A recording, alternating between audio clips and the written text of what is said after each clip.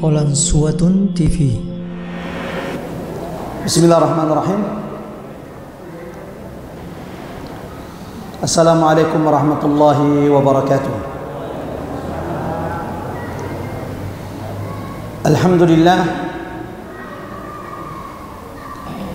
Alhamdulillahilladzi anzala ala abdihil kitab wa lam yaj'al lahu 'iwaja. Ashhadu an la ilaha illallah wahdahu la syarika lah wa ashhadu anna Muhammadan abduhu wa rasuluhu al-mab'utsu rahmatan lil alamin. Allahumma salli wa sallim ala Muhammad wa ala alihi wa sahabatihi wa man tabi'ahum bi ihsanin ila yaumiddin, amma ba'd. Allahumma anfa'na bil Qur'an, Allahumma irfa'na bil Qur'an, Allahumma 'allimna al-Qur'an. Qul inna salati wa nusuki wa mahyaya wa mamati lillahi rabbil alamin. Sini tomatua surah melebih ke hadir jamaah rahmat oleh Allah Subhanahu wa taala. Alhamdulillah, kita kembali dipertemukan Allah di taman surga ini. Sebagaimana Rasulullah menyebutkan bahwa hilaqul dzikr, majlis ilmu, majlis zikir adalah taman surga Allah di dunia. Sayang sekali kalau ada orang di dunia tidak pernah berkumpul di taman surga. Lalu bagaimana di akhirat dia berharap berkumpul di taman surga, kalau di taman surga di dunia tidak pernah dia perhatikan? Orang kalau sudah rindu dengan ilmu, orang kalau sudah memahami keutamaan ilmu, maka sungguh mereka akan mengagungkan ilmu. Sebagaimana ulama-ulama kita terdahulu hanya untuk mendengarkan satu hadis, melakukan perjalanan dari satu negeri ke negeri yang lain, dari Mekah ke Yaman, hanya untuk satu hadis, hanya untuk satu hadis. Oleh karena itu sini tomatua surah melebihkan ke hadir Nabi Muhammad di beberapa hadis mengingatkan kepada kita tentang fadilah alabiranna, keutamaan duduk di majlis ilmu. Nazalat alaihimus sakinah, Allah turunkan ketenangan.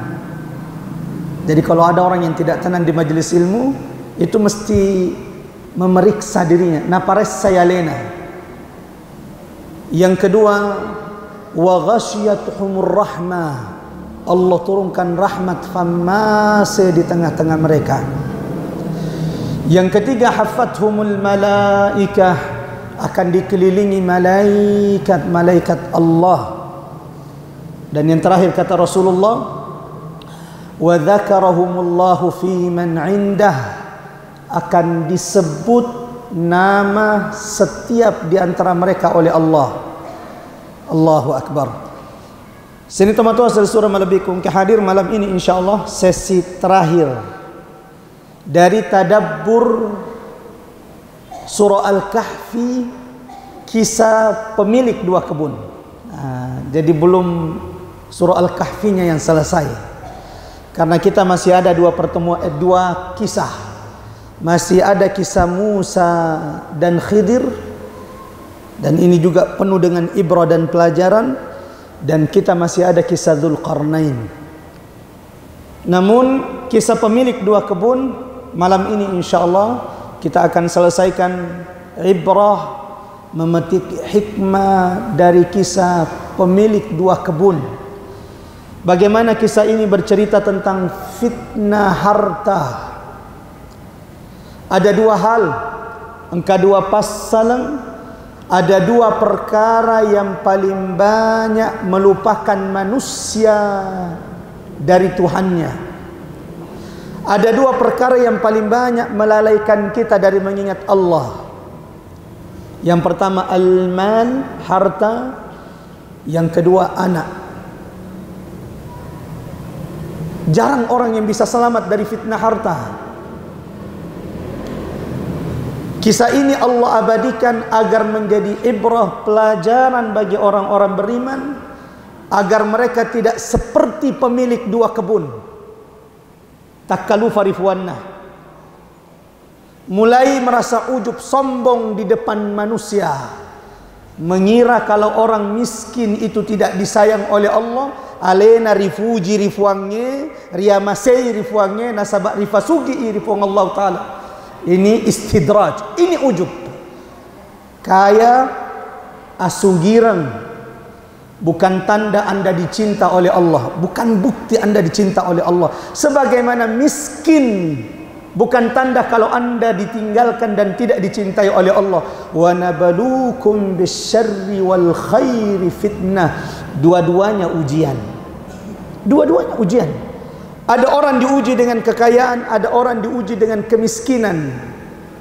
Sehingga dua-duanya bukan keburukan. Sini tomatoa selesura melebiku engkau hadir.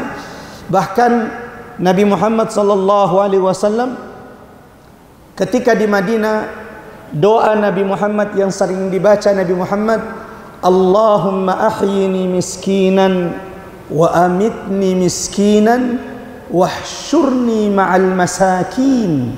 Ini doanya Nabi Muhammad, tapi tidak dianjurkan untuk kita baca. Apa kata Nabi Muhammad? Ya Allah, hidupkan Fatuwa ka Illinois, hidupkan saya di dunia dalam keadaan miskin, matikan saya dalam keadaan miskin, dan bangkitkan saya bersama orang-orang miskin. Allahu Akbar.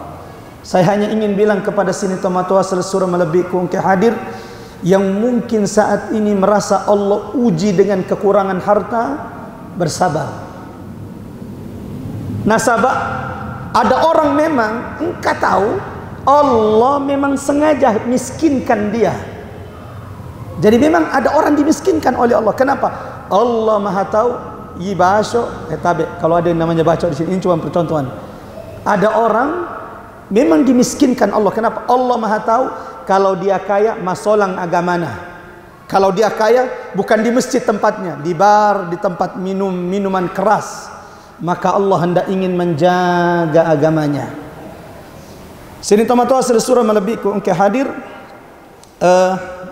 Kita akan memulai insyaAllah membahas tentang hikmah pelajaran dari kisah pemilik dua kebun, sebab cara agar waramparang harta yang kita miliki tidak menjadi fitnah bagi kita, atau bagaimana caranya, apa sebab yang bisa kita lakukan sehingga harta yang Allah rezekikan kepada kita tidak melupakan kita kepada Allah. Sebagaimana ulama menyebutkan bahwa dari kisah pemilik dua kebun ini ada beberapa amalan, sebab-sebab yang kalau kita amalkan insya-Allah, Allah hindarkan kita dari fitnah harta. Harta yang kita miliki tidak melupakan kita dari agama Allah, tidak melupakan kita dari perintah-perintah Allah, dan tidak melupakan kita dari Allah. Sebelum saya lanjut, saya tetap ingin menegaskan, tidak dilarang cinta dengan dunia. Silakan cinta dengan dunia. Sebagaimana Nabi Muhammad juga cinta dengan dunia. Dan dari perhiasan dunia ada beberapa yang dicintai Nabi Muhammad sallallahu alaihi wasallam. Tagaifal tiang Ustaz, yang dilarang adalah berlebih-lebihan cinta kepada dunia. Itu yang dilarang. Wa tuhibbunal mala hubban jamma. Kalian berlebih-lebihan cinta kepada dunia. Ini yang dilarang oleh Allah. Yaku gara-gara waramparanna sapak-sapak doikna subuh, bangun subuh-subuh, bahkan sebelum azan di masjid sudah bangun. Tapi ternyata tanya untuk sempajanna, tapi untuk pepengi pasakna. Nasabak mabela-bela foleh ribolana. Inna lillahi wa inna ilaihi rajiun. Nah, malam ini kita akan menyebutkan beberapa hal bagaimana supaya kita tidak terlupakan dengan harta kita, dari agama kita, tidak terlupakan kepada Tuhan kita, dan tidak terlupakan dari perintah-perintah Allah Subhanahu wa taala. Tapi seperti yang tadi saya sampaikan sini tomatoa selesura melebihi engkau hadir, Siapa yang bisa mengambil pelajaran dari kisah pemilik dua kebun? Kita sudah kisahkan kisahnya. Kita sudah selesai menceritakan kisah pemilik dua kebun, kisah dua sahabat, satu kaya raya punya dua kebun anggur, satu tapi kafir kepada Allah, sementara satu sahabatnya kasiasi miskin tetapi beriman kepada Allah. Nah, dari kisah ini siapa yang bisa menyebutkan pelajaran yang bisa dipetik dari kisah pemilik dua kebun supaya dunia tidak melupakan kita dari Allah Subhanahu wa taala? Ada yang mau menyebutkan?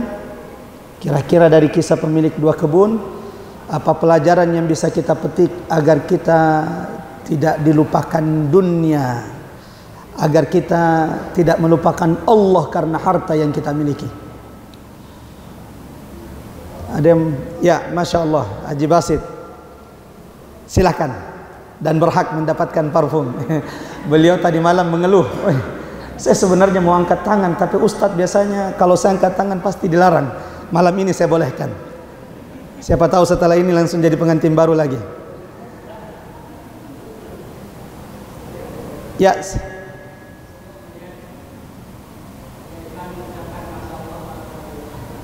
Masya Allah. Saya sebenarnya sebelum mau tanya, kecuali yang ini, saya mau bilang kecuali jawaban yang ini, yang lain. Tapi ini kesalahan saya karena tidak saya sebutkan, maka beliau berhak untuk mendapatkannya. Silakan. Katanya ada yang mewakili. Silakan. Masya Allah. Sama-sama. Ya. Allahu Akbar, sini tomato asal surah malabiku ke hadir. Salah satu cara agar harta waramparang yang Allah karuniakan berikan kepada kita tidak membuat kita sombong, matempo riolona fadat tak rupa tahu, agar bisnis perdagangan yang kita miliki ini, pertanian yang luas yang kita miliki, tidak membuat kita ujub, lupa kepada Allah. Salah satu caranya adalah tadi yang sudah diingatkan oleh Haji Basit. Setiap engkau merasa bahwa hartamu ini akan membuat engkau ujub, segera baca zikir dan doa ini yang Allah abadikan di dalam surah Al-Kahfi pada kisah pada kisah pemilik dua kebun, surah Al-Kahfi ayat 39. Ketika naik mobil, ternyata dari sekian puluh mobil, mobil kita yang paling bagus. Manusiawi biasanya. Nah, kita nih.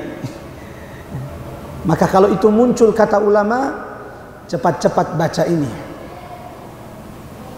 Di pasar contohnya, dari sekian toko yang ada, toko sembako, toko pakaian, ternyata kita yang paling banyak pelanggannya. Ini juga bahaya ini. Setan bisa mencari celah di sini. Agar rahasia ini mega terus pelanggan tak misen itu. Hati-hati, hati-hati. Kalau sudah menemukan ini, bafana agar kita jamangi galuta na dia serta masyaallah mana na ini galuta pakun itu ku ahlin nama toh. Wah, hati-hati. Padahal ini rezeki dari Allah untukmu, bukan karena dirimu. Maka kata ulama, kalau muncul dalam diri kita rasa ujub, bangga dengan apa yang kita miliki, padisengen, jabatan, harta, segera baca doa ini. Apa itu? Masya Allah,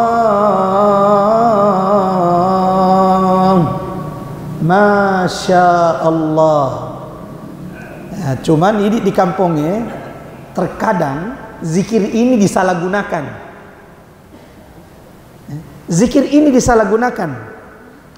Ya kungka tahu si lepo, masya Allah si lepo, masya Allah engkau melepo. Ini biasanya disalahgunakan. Seandainya ini di Palestina mulai tak kini kak. Tapi karena di kahumu paling palepomu paling agak nanti kembang api. Jamaah rahmat Allah, Masya Allah, ini banyak disalahgunakan di kita. Biasanya kita gunakan Masya Allah, yakungka anu maja. Masya Allah, digajangnya anu. Nah, itu salah penggunaannya. Masya Allah, betul atau tidak? Kita ini menggunakan Masya Allah kalau dengar berita buruk, padahal tabalei. Kalau ada berita benar, berita baik, dianjurkan mengucapkan Masya Allah. Contoh, ada saudara kita naik mobil baru, Pajero. Kalau ada orang melihat saudaranya pakai mobil baru, wadadadadahi, oto baru situ, dia bisa kena sakit, namanya penyakit ain. Iana tuh biasa tomatoe riolo. Kenapa bayi orang tua dulu bayi yaro anak loloe dena wedin difasuk poleri bolae gak sampai 40 hari. Padahal juga tidak ada sebenarnya larangannya. Kenapa? Karena biasa memang kalau kita bawa anak kita keluar pulang-pulang matamak ribolai malasang, meremung, panas, demam. Ini yang disebut dengan penyakit ain, penyakit mata. Nasabah engkam mitai anak tak apota, lalu dia tidak membaca doa, wi somo pa, wi gemena, wi futefa. Lalu kemudian lupa membaca Masya Allah, sehingga ini bisa membuat dia sakit. Jadi kalau taita kamatu mengoto baru, jangan lupa baca apa? Masya Allah, mengoto baru ustaznya. Karena kalau tidak bilang Masya Allah, oto baru situ, itu bisa membuat saudara kita yang kita takjub itu kena penyakit yang disebut dengan penyakit ain, penyakit mata. Kita lanjut. Apa yang dibaca kalau kita merasa ujub dengan apa yang kita miliki? Masya Allah, la quwata illa billah. Ini satu, mohon dicatat. Supaya kita tidak dibutakan oleh harta kita, tidak terfitnahkan oleh harta kita. Kalau engkau dikaruniakan harta, bisnis, perniagaan, sering-sering baca doa ini yang disebutkan Allah dalam surah Al-Kahfi ayat 39, Masya Allah la quwwata illa billah. Bismillah.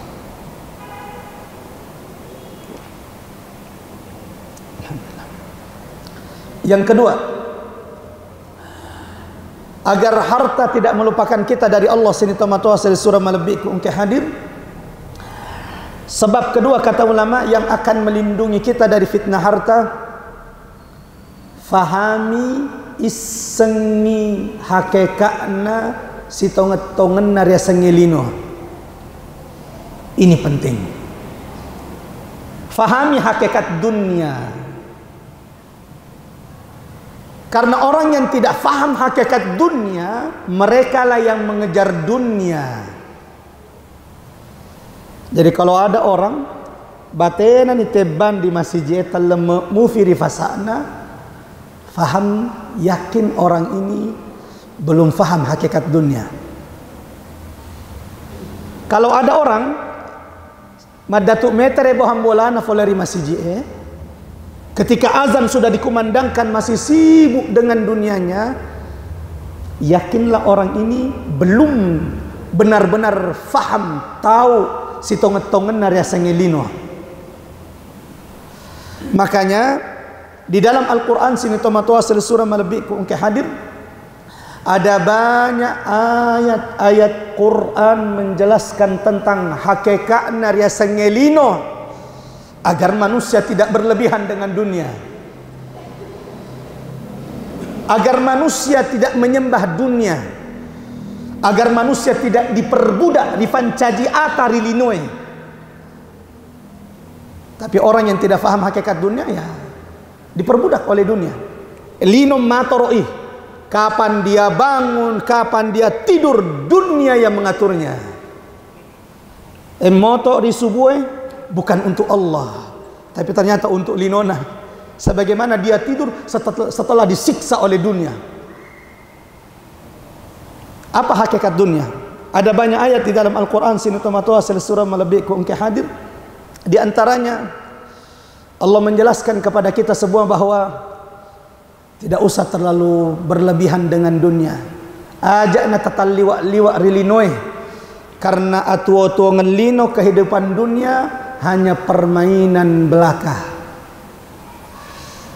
I'lamu annamal hayatad dunya, isengi, ketahuilah bahwasanya kehidupan dunia la'ibu walahu, hanya permainan dan senda gurau. Ada orang terlalu berlebihan dengan dunia. Nafe perita dinoi. Apalagi kalau demi dunia menghalalkan segala cara. Saya juga kaget ketika mendengarkan bahwa ternyata di kampung kita pernah ada kasus gara-gara pemilihan desa antara pendukung si Gajang. Innalillah wa inna ilaihi rajiun. Ini musibah. Si agameman rijancian nyeri calon desa sehingga mereka siap mati-matian. Ya Allah, cobaanna na bagi dua gajinna desa, tapi kan juga tidak. Apalagi ini menjelang pemilu, jangan berlebihan dengan pemilihan.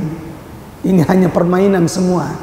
Jangan sampai untuk permainan dunia ini kita menghalalkan segala cara yang dibenci oleh Allah.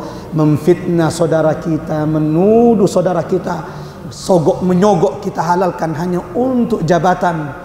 Pernah mendengar, saya tidak usah sebutkan daerahnya, baru diangkat, diresmikan jadi bupati, belum menikmati jabatannya Allah cabut nyawanya.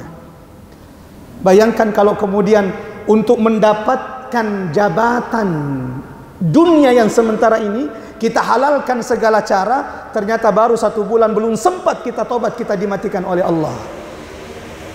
Innamal hayatud dunya la'ibun walahun.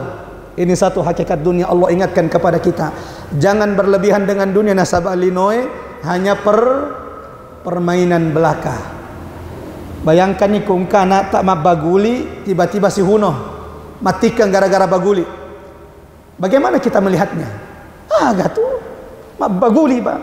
Seperti itu kira-kira orang yang di dunia ini hanya untuk dunia yang sementara ini ia halalkan segala cara. Yang kedua, sini tomatoa surah melebihiku engke hadir. Allah mengingatkan kepada kita bahwa dunia fanaun, ad-dunya zailah, ad-dunya faniyah. Wahai yang engkau mengejar dunia sampai melupakan Tuhanmu, wahai engkau yang mengejar dunia sampai solatmu engkau tinggalkan, tidakkah engkau ketahui bahwa dunia ini hanya sementara?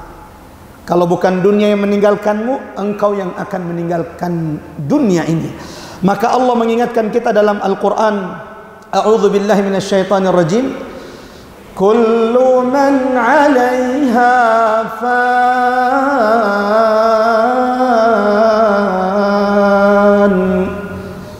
Semua yang ada di atas dunia ini fan, sirna, binasa. Tidak ada yang kekal. Sampai disebutkan ketika kamat linoi mati, ketika terjadi kiamat dunia, tahun berapa Ustaz? Wallahu a'lam bishawab. As-sawaga, kuwasana wisan. Hari apa terjadi kiamat? Hari Jumat. As-sawaga soy. Tapi Jumatnya tidak ditentukan. Yang pasti hari kiamat itu hari Jumat. Ketika terjadi kiamat sintomatua surah melebihi ku engke hadir. Yang paling terakhir binasa itu 3. Jadi ketika terjadi kiamat, tiupan pertama meninggal binasa semua yang ada di atas muka bumi ini, antara langit dan bumi. Yang terakhir meninggal itu 3. Ini yang paling terakhir. Siapa itu? Jibril, Israfil, malaikat peniup. Jelas alena terakhir mati, alena perungi. Israfil, yang ketiga malaikat maut, pencabut nyawa. Ini yang paling terakhir binasa. Lalu Allah bertanya kepada malaikat maut, ya malakal maut, man baqiya min ibadi, siapa yang tersisa dari hambaku? Lalu kemudian malaikat maut menjawab, Jibril wa Mikail wa Israfil wa abduk, dan hambamu. Kata Allah, ya malakal maut, ikbit ruha Jibril, cabut nyawanya Jibril. Dicabut nyawanya Jibril. Sisa siapa? Malaikat maut dan Israfil. Kata Allah, ya malakal maut, iga fita sesa.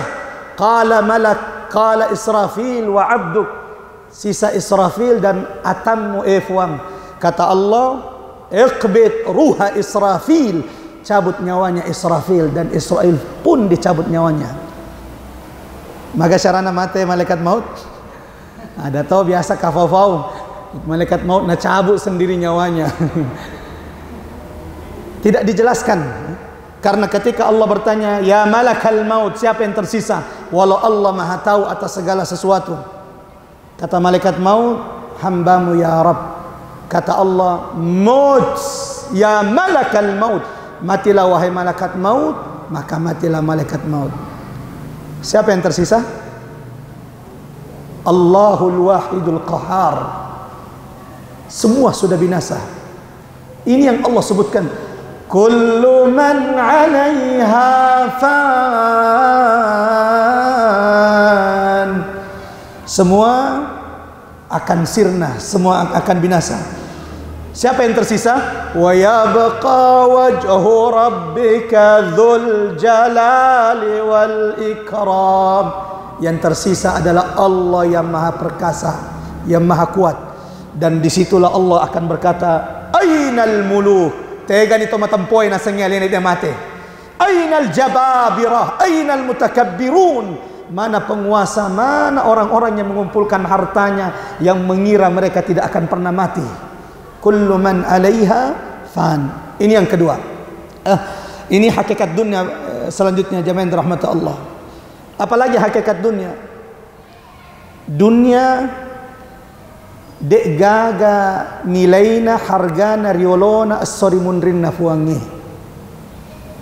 Dunia tidak ada nilainya dibanding akhirat. Tidak ada nilainya. Mau tahu perbandingan dunia dengan akhirat? Itu kenapa Nabi Muhammad mengatakan al-kayyis. Apa artinya al-kayyis? Tomat cae, taong kayak kalena. Al-kayyis adalah yang sibuk menyiapkan bekalnya untuk akhirat, menjadikan dunia untuk mengumpulkan bekal-bekal mereka. Itu orang cerdas, kata Nabi Muhammad. Kenapa? Dunia tidak ada nilainya di hadapan akhirat. Sampai Nabi Muhammad pernah menjelaskan kepada kita, kuelok ki misengi nilainya rasanya lino riolona akhirae, kapan-kapan lokaki iritasi atau kalau ada yang menantunya dekat laut, kapan-kapan kalau ke laut, kata Nabi Muhammad, wallahi demi Allah, mad dunya fil akhirah, tidaklah dunia di hadapan akhirat, tidaklah nilai dunia di hadapan akhirat, kecuali kata Nabi Muhammad, seperti salah satu di antara kalian memasukkan telunjuknya. Apa bahasa Bugis telunjuk? Ya, jari pajelokna. Ya. Tidaklah dunia di hadapan akhirat, kata Nabi Muhammad, kecuali seperti salah satu di antara kalian memasukkan jari pajelokna, telunjuknya ke lautan, lalu dia angkat, lihat berapa banyak air yang tersisa di telunjuknya. Sembere sikatoang sedikit. Kata Rasulullah, itulah dunia, dan lautan yang tak bertepi ini adalah akhirat. Ya Allah. Tapi lagi-lagi memang dunia ini godaannya terlalu seksi. Maka yang kedua tadi, ketahui hakikat dunia. Orang yang tahu hakikat dunia, maka sungguh mereka tidak akan diperbudak oleh dunia. Dunia, kata Allah, hanya tempat bersendagura dan bermain-main. dunia hanya tempat sementara. Dan yang terakhir, Rasulullah SAW menyebutkan bahwa dunia itu tidak bernilai di hadapan akhirat. Bagaimana perumpamaan dunia dengan akhirat? Seperti salah satu di antara kita memasukkan telunjuknya, lalu diangkat air yang tersisa, itulah dunia, sementara lautan yang tidak bertepi ini adalah akhirat Allah Subhanahu wa ta'ala. Yang ketiga, sini tomato asal surah malabikum ke hadir.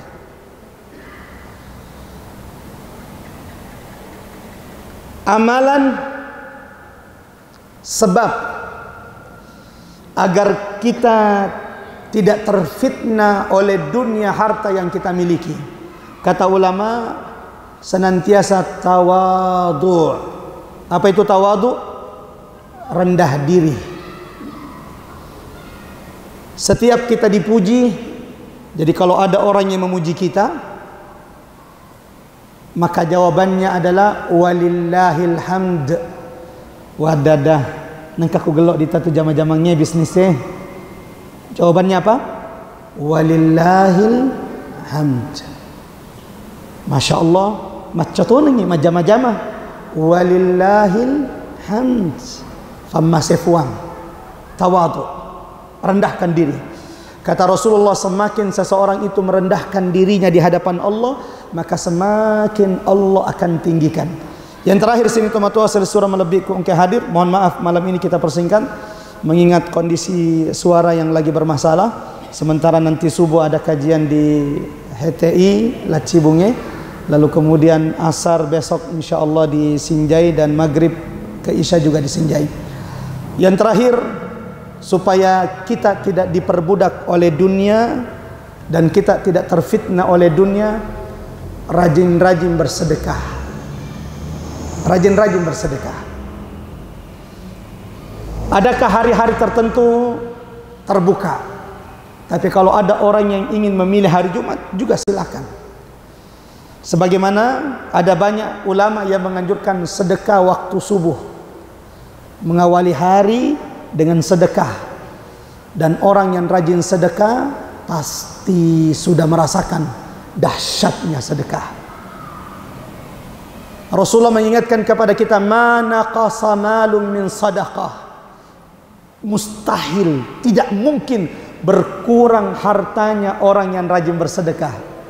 Tapi ketoma seke jelas susah. Nabita maka dadi na berkurang, tapi 20 sebu sumbangan yang berkurang. Seperti ini orang yang tidak beriman dengan apa yang disampaikan oleh Allah dan Rasulullah. Sedekah bisa memanjangkan umur seseorang. Sedekah bisa menyembuhkan orang dari penyakit. Bisa jadi ada orang sini tomatoa, umurnya itu cuma 50 tahun, tapi karena rajinnya dia bersedekah, ia dipanjangkan oleh Allah umurnya. Saya tutup dengan sebuah kisah. Ada seorang miliarder Saudi kena kanker stadium 4, dan dokternya operasinya cuma di Cina, tidak ada tempat lain. Setelah cek dokter di Cina mau dioperasi dan ini sudah mustahil, dokternya sudah give up itu agak sudah angkat tangan ya. Dia mentona nulis dokter lalu kemudian kata dokter, ini tinggal nunggu waktu saja. Lisuni para kai itu atau ngeta. Allahu Akbar. Pulang, sampai suatu hari ketika dia di mobilnya, kutaisen si minggu fi muruta, bernilai ke harta ini. Sudah.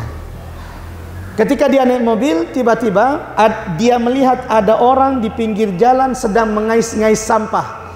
Nah kayak sampai. Dan dia sudah tahu bahwa umurnya sudah tidak panjang. Dek naga betuan nawaran para megaya. Turun dari mobil, dia ambil beberapa duitnya, diberikan kepada orang miskin tersebut. Sedih atau kasih tidak pernah memegang uang sebanyak itu. Dan ternyata saat itu sampai meneteskan air mata, lalu mendoakan orang ini kesembuhan. Semoga Allah senantiasa panjangkan umurmu dengan kesehatan, sambil meneteskan air mata. Seminggu 2 minggu melebihi waktu yang dijangkakan oleh dokter. Ternyata tambah umurnya. Dan anehnya Masya Allah, kondisi kesehatannya semakin baik. Sampai akhirnya terbang dari Saudi kembali ke Cina. Dan ketika diperiksa, Allahu Akbar, dokternya saja kaget karena penyakitnya saja sudah tidak berbekas. Sekali-kali siapapun di antara kita yang mungkin saat ini Allah uji dengan sakit, coba sedekah di antara sebab Allah sembuhkan kita dari penyakit. Mudah-mudahan ini bermanfaat. Sini tomatua surah melebih ke hadir. Sebelum saya tutup, saya ulangi lagi, ada 4 hal yang bisa melindungi kita agar kita tidak terfitnah oleh harta dan dunia. Yang pertama, sering-sering baca apa? Masya Allah la quwata illa billah. Yang kedua, isengi hakikatna sitong-tongengera sengelino, fahami hakikat dunia. Yang ketiga, tawadu, jangan sombong. Yang keempat, rajin-rajin bersedekah, karena orang yang rajin bersedekah akan membunuh kecintaan dunia dalam dirinya. Mudah-mudahan kajian kita malam hari ini bermanfaat. Sini tomatua surah melebih ke hadir. Kita tutup dengan membaca doa kafatul majlis. Subhanakallahumma wa bihamdik, asyhadu an la ilaha illa anta, nastaghfiruka wa natubu ilaik. Wassalamualaikum warahmatullahi wabarakatuh. Jazakumullahu khairah sudah menonton video ini. Jika bermanfaat, silahkan tekan like, share, dan subscribe untuk menunjukkan dukungan antum di channel ini. Ikuti juga informasi kegiatan santri dan alumni di akun resmi Pesantren Pendidikan Islam Darul Abror.